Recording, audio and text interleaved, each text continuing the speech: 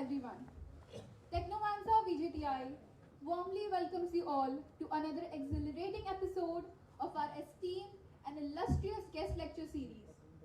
I am Aditi Sharma and I am thrilled to be your host for today. VJTI was established in the year 1887 and it is upholding its proud legacy of over a century filled with brilliance and educational prowess. It has thrived in nurturing the brightest minds of the society. Over the years, Technovanza has effectively progressed towards its goal of taking technology to the society by meritoriously passing on the flame of expertise to light more torches. The renowned lineup of the guest lecture series over the year has added immense value to the lives of several young minds. We have had pioneers of diverse fields, some of them being Dr. APJ Abdul Kalam sir, Mr. Ratan Tata sir, Dr. Kiran Bedi ma'am, Padma Shri Nana Patekar sir, and several amazing others who have graced Technovanza with their presence. Today is yet another day when we add a truly inspirational name to the list of remarkable individuals. Our guest for today is a former IPS officer and RAW Chief, Mr. Alok Joshi sir.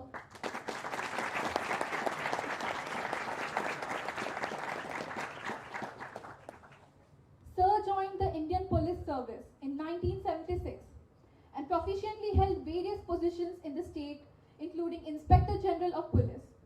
He adroitly served in the Intelligence Bureau and Cabinet Secretariat in various capacities.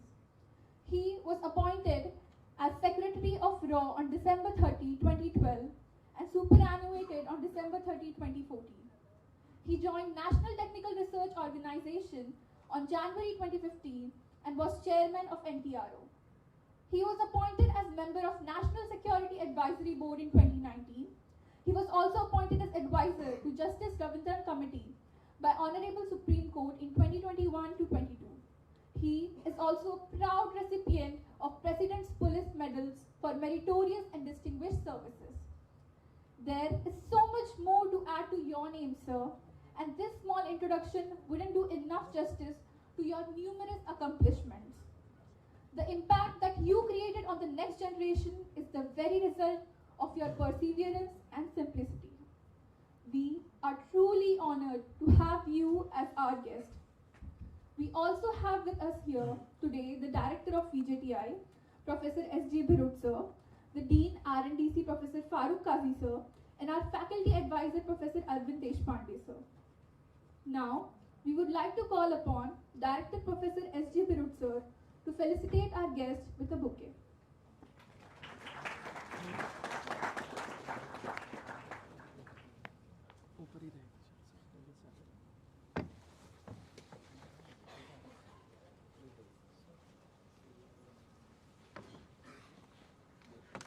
I think we can shake hands and leave the yeah. No, there should not be any formality.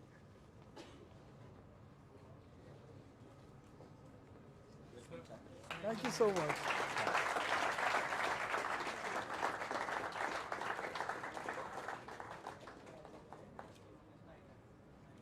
Thank you very much. Thank you.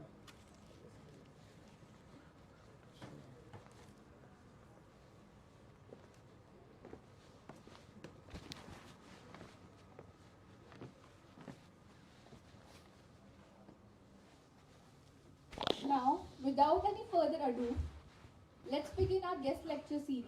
I would like to call Mr. Alok Joshi sir upon the stage.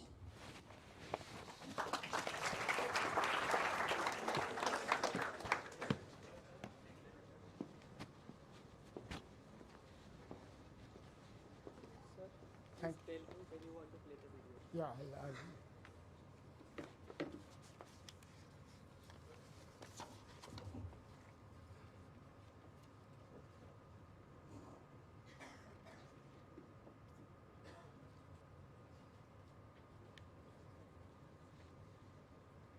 Good afternoon. Director VJTI sir and the young students who have come for the Technovanza. I feel honored to be invited to deliver the keynote address at this occasion, particularly when one has been preceded in the past by distinguished speakers like Dr. Kalam, Dr. Anil Kakodkar, and Dr. Shekhar Basu. I had the privilege of interacting with late Dr. Basu, an alumni of the Institute, and I would like to take this opportunity to pay my homage to him. A picture, it is said, speaks 1,000 words. I would like to share with you a small video clip which would place in context the subject of today's talk, technology in the world of intelligence. Can we have the clip, please? You've seen a dozen espionage movies, the action-packed entertainers that leave you well entertained. The world of espionage, though, is slightly different from the way they portray in a Hollywood film. Yes, real-life spies can occasionally be as handsome as Tom Cruise, travel the world, and find themselves in adventurous situations, but for the most part, they are engaged in far more covert activities, like talking to tribal elders in their own language, eating their food, and living their life until, little by little, the confidences begin to build and the information starts to trickle. Spying is most valued for solving immediate tactical puzzles, such as, what is Osama bin Laden planning? These puzzles have a solution, if only we had access to the information. Puzzles are intelligence's stock in trade during any war. How many missiles does Pakistan have? How accurate are they? What is Iraq's order of battle? Puzzles' opposites are mysteries, questions that have no answer even in principle. Intelligence is the foundation for determining the kind of war we might be entering and thwarting those who would undermine national and international security. Simply put, intelligence needs to provide indications and warning, R&AW, and human source intelligence, HUMINT, needs to discover and discern the plans and intentions of terrorists, gangsters, warlords, and rogue regimes. Sound intelligence is crucial. It must give us the clearest possible insights into situations, events, players, and hidden agendas, so our leaders can decide quickly how or even if to engage. Intelligence must be able to warn off any potential surprises a warfighter is likely to face. What is it that we're really doing? We're going to break an unbreakable Nazi code and win the war. Oh. Sometimes it's the very people who no one imagines anything of who do the things that no one can imagine. Sometimes life imitates art, and sometimes vice versa. The imitation game portrays possibly the greatest achievement in terms of intelligence by highlighting Alan Turing's contribution to breaking the German Enigma code. It was possibly the greatest contribution to winning the war against the Nazis. Yet, the impact was more, because he brought to the table a fresh new discipline that was missing in the field of intelligence: creativity. Information is essential to the intelligence process. Intelligence, on the other hand, is not simply an amalgam of collected information. It is instead the result of taking information relevant to a specific issue and subjecting it to a process of integration, evaluation, and analysis, with the specific purpose of projecting future events and actions, and estimating and predicting outcomes. The simplest form of understanding this would be through what you school students do. For any student who has given a minimum of 4 exams each year in his student life, you have developed a pattern of deduction and analysis to prepare for the most relevant, most probable questions that could be asked. Foresight developed through insight. It could come from analyzing question papers from the last 10 years, observing which Shakespeare play seems to be a favorite among the teachers, or a simple calculation of which subtopics was stressed upon in the days before the examination. An operational analyst's skill set is quite similar to your pre-exam stealthing. The job has always been to gain enough insight to be able to develop a foresight. The old and new worlds of intelligence met during the Kargil intrusions in 1999 and on September 11, 2001, when terrorists attacked the World Trade Center and the Pentagon. The chatter, as it is called, was off the charts. We had the information, and that should have been enough to intercept the very advent of those violent infractions of the sovereignty of the two great nations. But it wasn't. Terrorism is an old world problem in new world circumstances. The new world is much more open, with vast amounts of information, much of which is neither owned by intelligence agencies nor can be regarded as reliable. For example, that stew of fact, fiction, and disinformation known as the web. Openness needs to be put at the heart of the intelligence business. Exploiting secrets used to be the stock in trade of intelligence. But now, the task is wider, gathering and sifting through a flood of information. Terrorists, however, are not part of the new openness.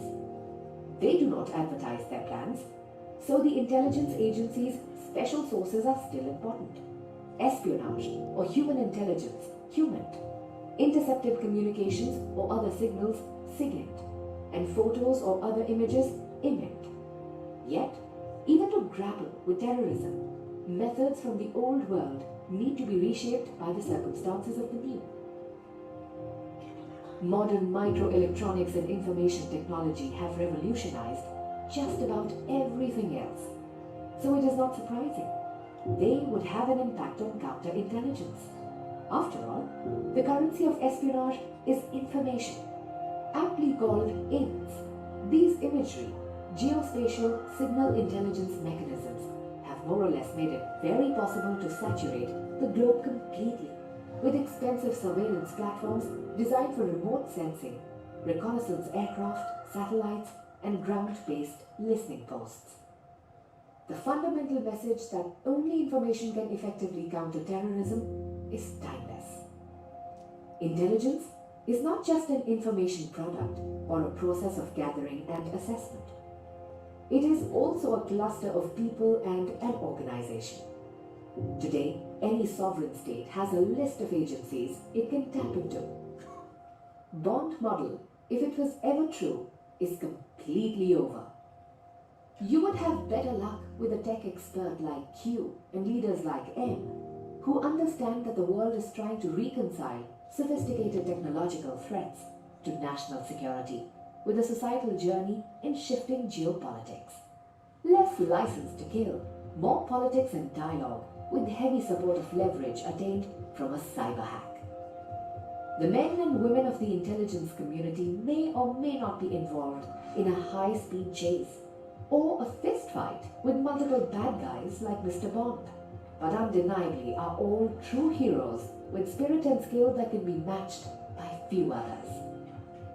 The task is therefore clear for the individual that takes on the dual mantle of being an intelligence analyst and a civil servant, to work round the clock and exploit the global information traffic and weed out that single piece of information at the end of which is the privilege of having the influence or even the capacity to decide India's victory or defeat. Thank you.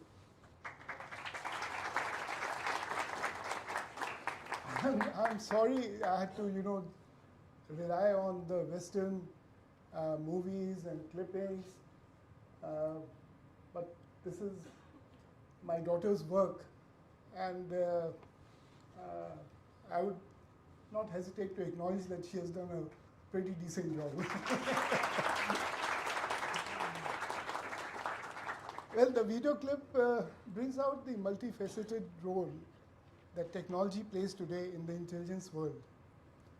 Intelligence is not only collection of information, as it was mentioned in this clip, but also its collation and analysis leading to assessments that provide the basis for decision making. It also includes developing the capability of not only working on existing circumstances, but also to change them or manipulate them to bring about the desired results. This is very important. We are not any longer very passive players in the world of intelligence today. While human intervention is no doubt very critical, technology has been able to provide the capacity to identify and understand very complex situations.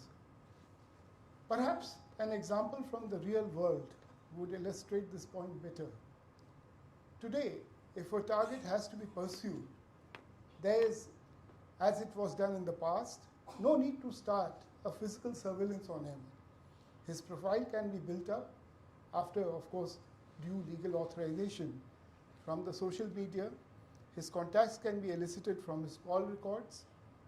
Even his presence or otherwise in his home or wherever he is staying can be established by looking at the flow of electricity or by monitoring his internet and cable connections. If he steps out, the CCTV cameras in his building and outside can assist in surveilling his movements. And the data collected could be analyzed to draw inferences about his work and life patterns. All this would be done discreetly without the target being wiser about it.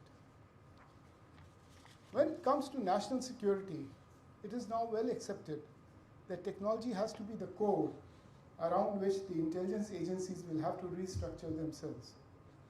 Whether it is the use of satellite, aerial imagery to reconnaissance unapproachable targets, or devising various modes of collection of electronic intelligence called ELINT to determine the deployment of military hardware, or working on securing own communications through high-grade encryption.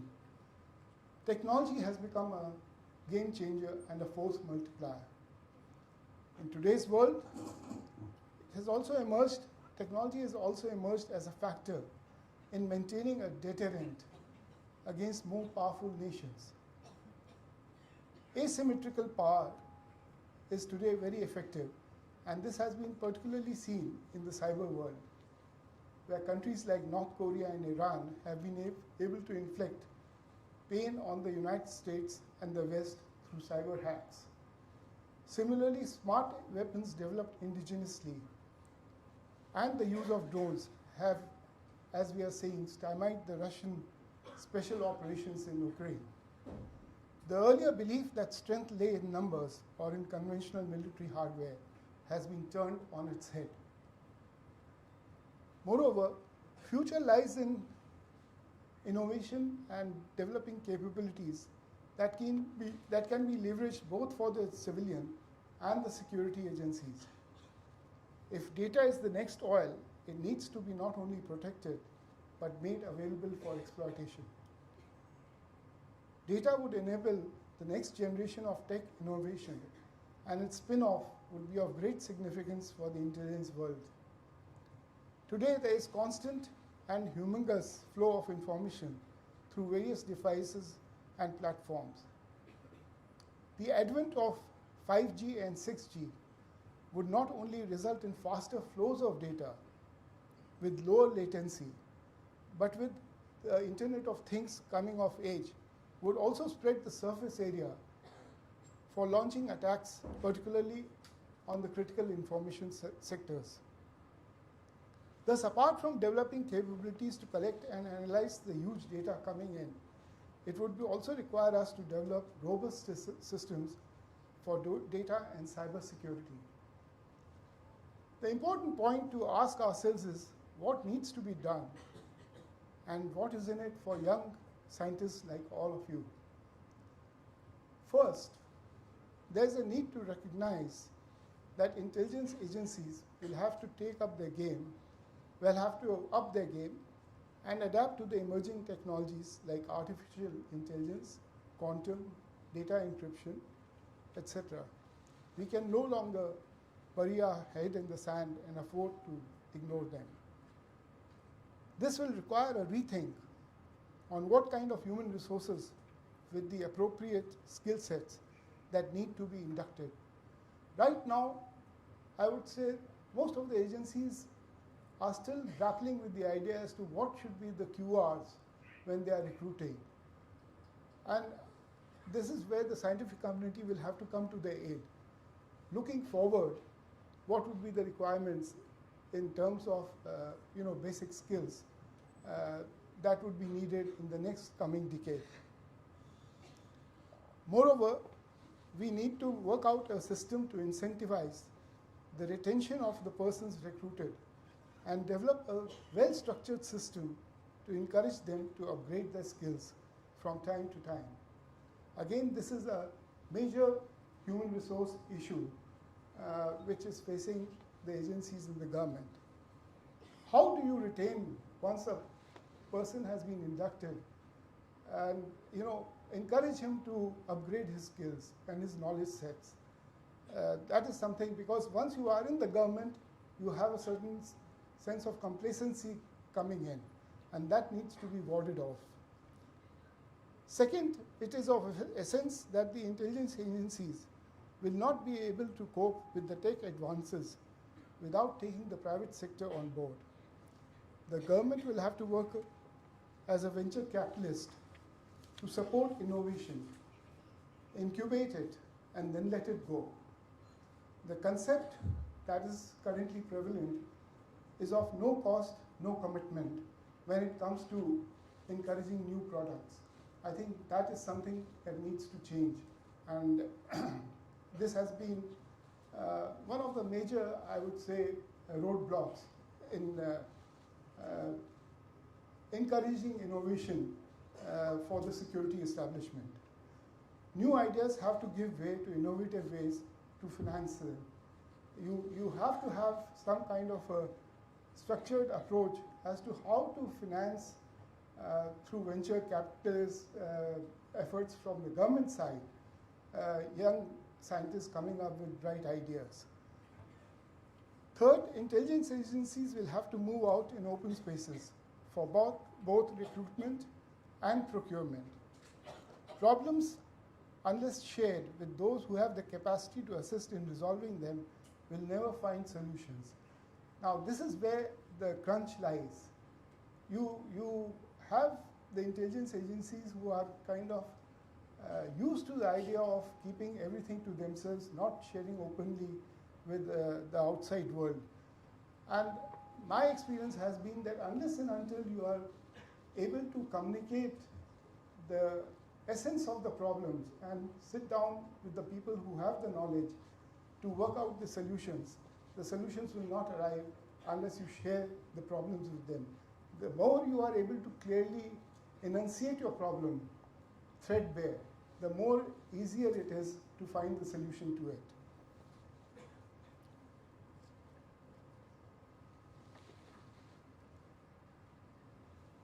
In this regard, it is my conviction that we have the requisite knowledge base, and we need only to consolidate and work on it. Now, this is again very interesting. I'll just share with you that when I was with the NTRO, we did a recruitment of technical officers. I did away with the interview part of it, and we got an external institution to work out, the question, the papers for the examination, which was conducted online by a third agency. There was no involvement of the NTRO officers. Now, it was amazing to see that those who did extremely well and who were ultimately recruited were all from tier 3, tier 2 cities. And when they came to join NTRO, because we had only the objective paper, no interview, and when we recruited them and they came to the organization, it was heartening to see, and at the same time very sad to see the condition in which they came. Some of them didn't even have proper clothes for the winter that was coming. And so, one had to mandate a uniform just to ensure that they had some kind of a decent clothing. What I'm trying to say is that there is knowledge base, there are people who are extremely, I would say, industrious. They only need to be tapped and brought into the mainstream. I must add that the government is seized of all these issues as India moves from being a regional force to one with a much larger and forceful footprint. Innovation is what is going to drive the trajectory and growth of our intelligence agencies. As we move up as a geopolitical power and a net security provider in the region, it will be expected that we have capabilities that match with our partners. You can't have a relationship with advanced country unless and until you have the same level of skill sets. Otherwise, you are a junior partner in all the efforts that you may be trying to make for coming to any solutions to problems in the region. So the main thrust of my argument is that you need to develop capabilities on your side to be able to match, and that is the expectation of those countries who are willing to engage with you, that you also contribute at the same level. So and it is also equally important that these capabilities are developed indigenously as not to perpetuate our dependency on imports. I therefore anticipate a much wider role for our scientific community, particularly in core areas like cybersecurity, cryptography, where we are, I would say, we have a long way to go, artificial intelligence, and data analytics. There is a rough estimate when I was in the NTRO and I used to interact with the industry. At that time, I'm talking about almost 4 years back, the back of the envelope figure that was cited to me was that we need at least 250 to 300,000 cyber specialists in the coming years. Every year, that was the kind of projection that was being made. I'm not sure whether we have the capacity to match up with the demand. And in the field of crypto analysis, our requirement is not only for mathematicians, but also for social scientists.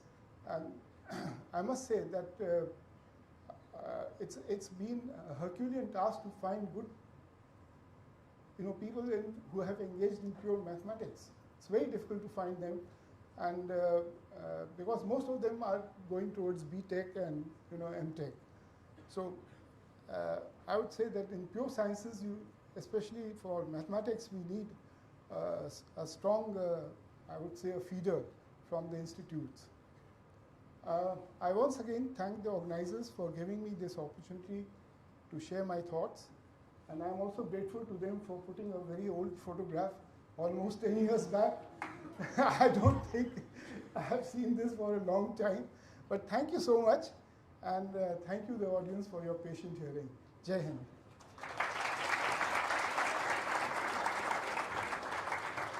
I would be too happy to take any questions, comments, and frankly, I don't enjoy giving a monologue.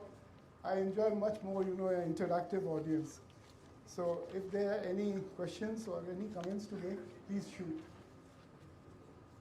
Do I have the permission to? Yes, sir. Yes. Oh, thank you.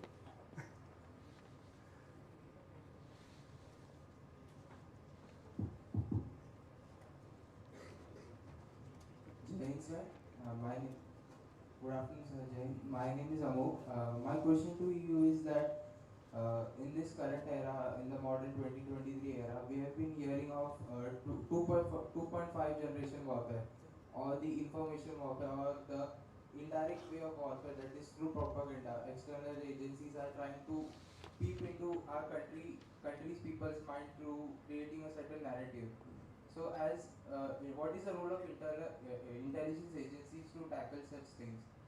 To create and good impression, or how do they tackle these things, that is to flush out this propaganda or the narrative that has been built by the external agencies? That's an amazing question coming from you, because I don't get to hear people asking me on this particular subject. You are very right. Please sit down. There is no.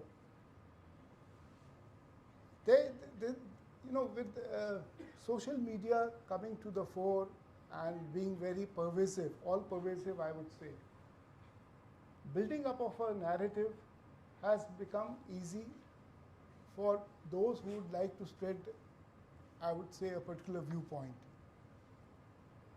I mean, you would have seen for yourself how, tweets are retweeted, Facebook posts are circulated. But the only way to counter them are by two, I would say two ways of doing it. One is to build up your own narrative. And the second is to build up that narrative purely on facts. The moment you deviate from facts very far, then the whole narrative that you are trying to build up collapses. The second point is that the narrative that you are trying to build has to come through very credible sources.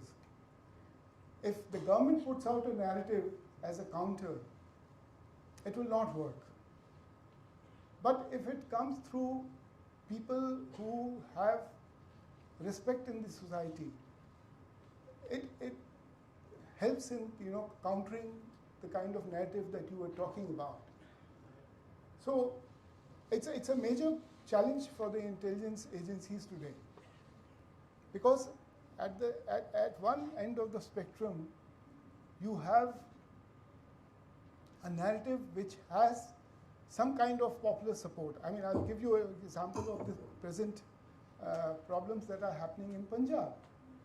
You have a narrative which has been built from outside, injected from outside, I would say, and allowed to seep in, which is talking about almost, dismemberment of the present state. But you have to counter it, and you have to counter it by challenging the credibility of the persons who are engaged in giving that narrative. And that is what requires to be done. You talk about the background, the way, and you can see it happening on the social media. Today only I saw, a post which talked about, what this gentleman was in when he was in West Asia or in the Gulf, and what was his profession there. And today he's riding a Mercedes car, and so you fight, but you fight on the basis of facts. Now, if he was not working at a low, I would say, at a subaltern level in the Gulf, and if you said that he was just a mechanic there, and it is proven otherwise that he was a good, influential, say, banker, then your whole narrative collapses. So it's a struggle to counter a propaganda which has already got off the mark. You are now reacting to a narrative which has already come into the market. Now the other way of doing it is that you anticipate. The clip mentions that you have to anticipate, you have to have the foresight. Now if somebody had the information or assessment that this is what is going to happen in the Punjab, they could have built up a narrative much earlier. I'm not saying they have not done it. I'm sure they would have done it. But that is how you counter. You get first off the block by anticipating, by having the foresight that this is what is coming up. So I hope I am able to answer your question. But that's a very relevant question, and I'm deeply impressed, I must say. This is asked mostly by professionals in the agencies, not by people who are technical otherwise, within quotes. Sir, my name is Adat. Forgive me, my throat's bad right now. But I had a question. When assassination of this Osama bin Laden had taken place, there was a track to a professional courier going from Saudi to Pakistan. Do terrorists still use this old method of sending that courier? And I meant courier as in not that guy who takes your post from one place to another. Courier is a very special term. Okay. Look, I don't have first-hand knowledge of what happened in that operation, but I can talk generally about one thing. the weakest point in any terror organization or even agency which is countering terrorism is communication. Communication is the weakest point. If you are an agent working abroad, you have to communicate. Otherwise, whatever you collect as intelligence or information is of no use.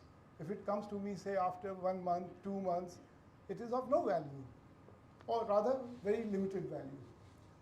So communication is the weak spot, what I would say the underbelly.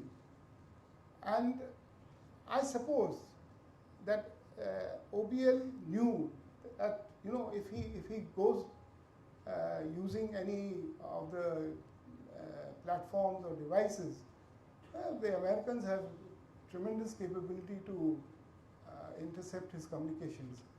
So probably that is why he depended on couriers. That is one. But I think the second thing which gave away was, the Pakistanis are still holding on to the doctor who started the polio campaign, and of course it affected, I think it was polio or malaria, I think it was polio, because it affected the overall program in the country later on. So you have diverse methodologies being applied at the same time to crack problem or a situation.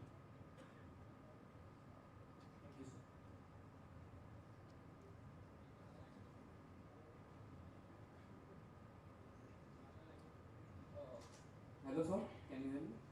Yeah, I can hear you. The thing was that you said that India is moving from regional power to an international power and all. What do you appreciate the speed of growth of our intelligence agency right now? And what direction do you think we should move in? Towards counterintelligence or doing operations in foreign nations more? So what direction do you think as a superpower we should move towards? We are not yet there as a we are superpower. upcoming powers. We are not superpower yet. But We are, I would say, emerging power.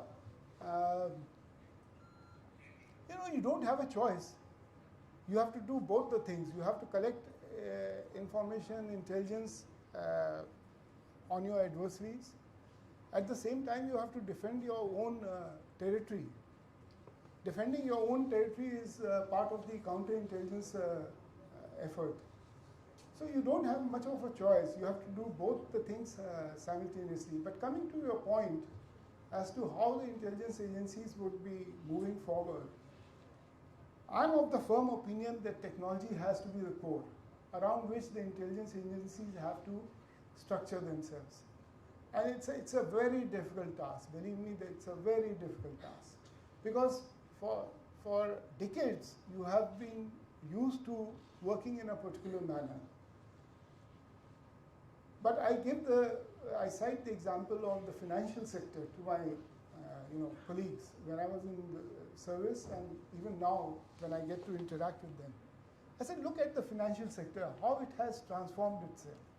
They were also used to having people coming to the bank, writing out checks. The guy would be waiting there for the teller to give him the disc, and then he would go. The whole process, I remember, would take anything between 30 to 40 minutes, unless and until you had somebody helping you around. And look at the situation today. I mean, don't have to even go to the bank. They have used technology to great effect. So ultimately what has happened? Technology has become the core. The banking financial sector has organized itself around it. Same thing will have to be adopted by the intelligence and security agencies. It will take time, yes, certainly. It will require investment. And that is where, youngsters like you have to come forward. I mean, I have great faith in the capacity of our youth and it has, I'm not saying because I'm talking to you, it has been my experience. In an organization like NTRO, we were able to see innovation coming from the kind of youngsters that I described who were recruited in the organization. And in no time, mind you, in 6 months, they were up and running. I mean, they were kind of well integrated into the system. And at the same time, they were encouraged to think on their feet and come up with ideas.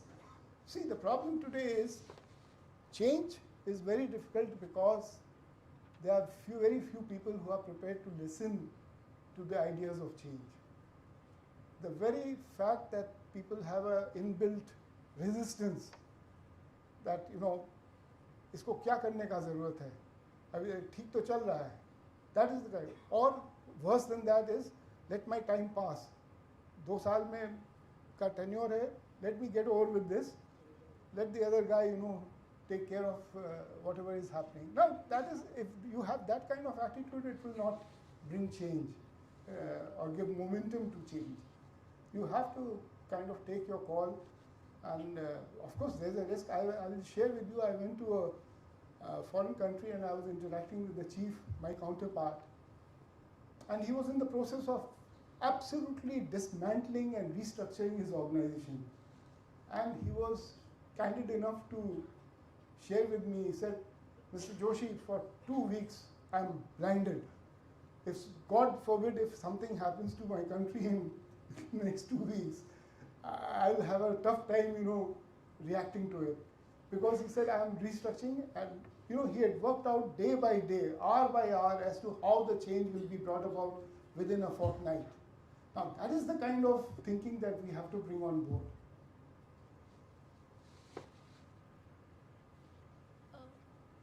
Actually, we are running short of time, so we will have to end the Q&A session.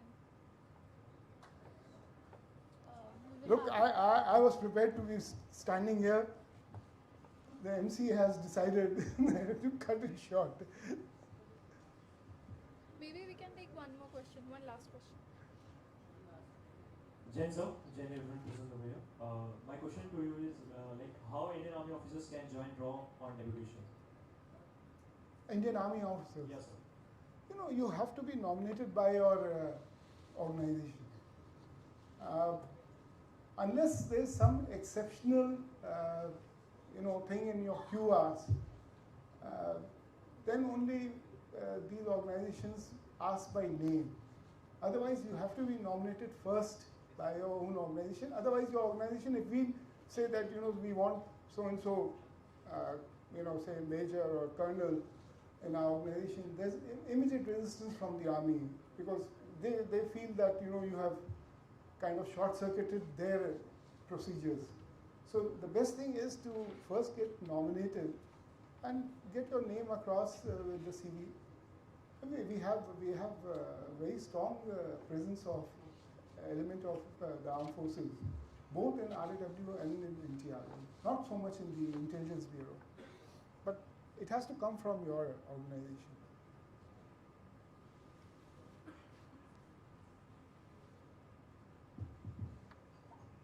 Can I ask in Marathi? Marathi? Can I ask in Marathi? It's going to be a challenge, but I think I can get a hang of it. मला असं विचारायचं आहे, sorry, welcome sir and good evening. That was not Marathi.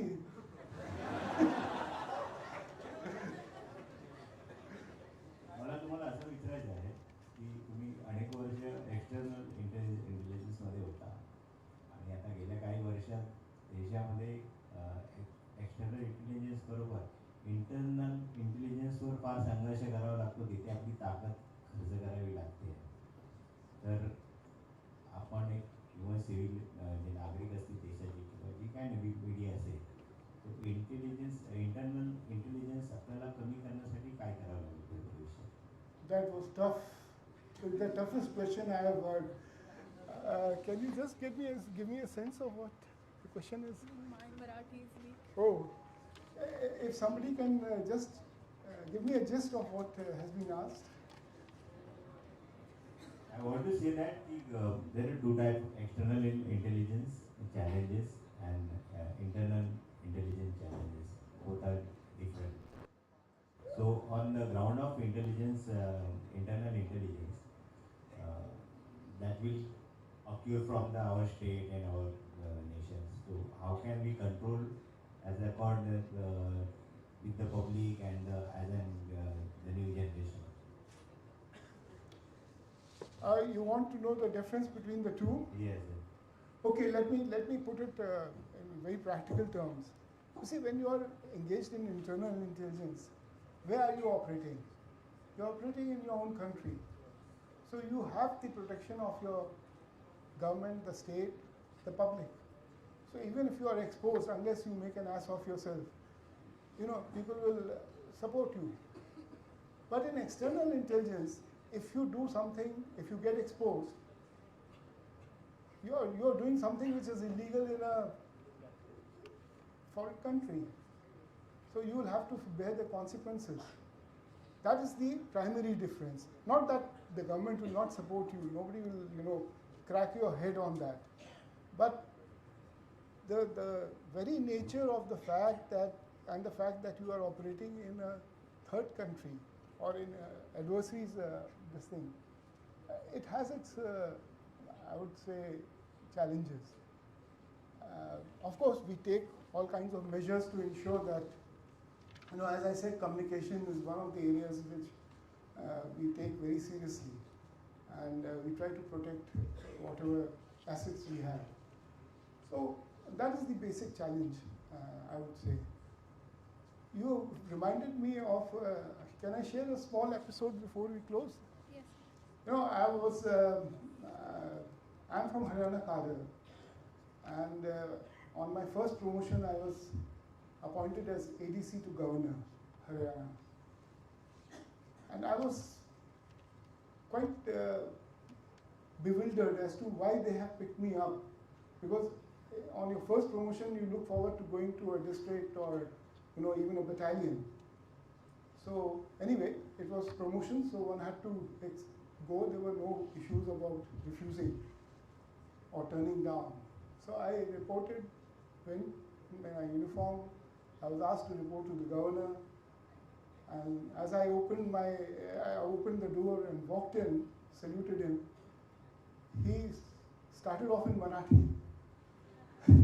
He said, so I'd spent a little time in Bombay just 2-3 weeks earlier when I was a kid. So I said, sir, the only thing I know is ikde tikde.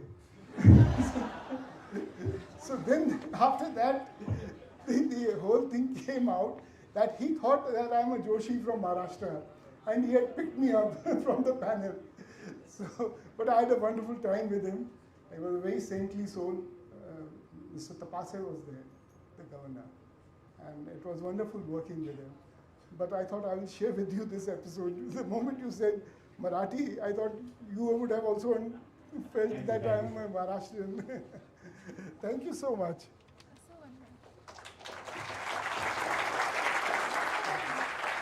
Should I stay? Just one minute. Yeah. Now we would like to call upon Dean R&DC, Professor Farooq Qazi sir, to felicitate our guest with a memento.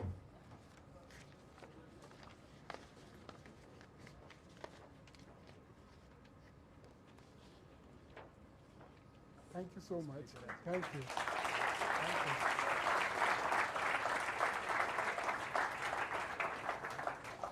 Thank you very much.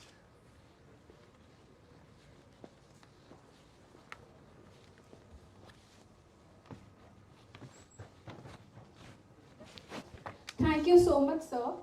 We are glorified by your presence today.